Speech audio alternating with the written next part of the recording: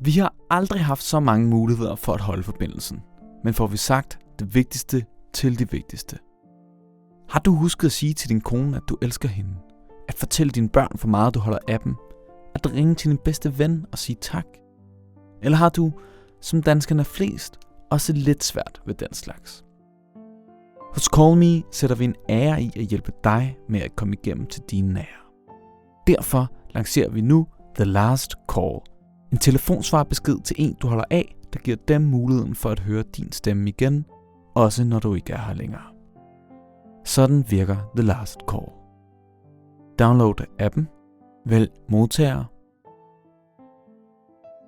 optag og læg en sidste hilsen til en, du holder af. Hej Lars, jeg fandt lige den her app, og så vil jeg da lige benytte lejligheden til at sige, hvor stolt jeg er over at være din bror. Du er så gavmild og kærligt et menneske, og jeg er så glad for, at du kunne tage dig af mor, når nu jeg ikke kunne.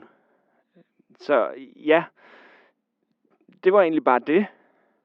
Du kan altid optage flere beskeder, og modtageren får en sms med et link, når det er tid til at høre din hilsen. Vi aktiverer løsningen via en cross-media-kampagne, der gør danskerne opmærksom på, hvordan The Last Call giver dem mulighed for at lægge en hilsen til eftertiden.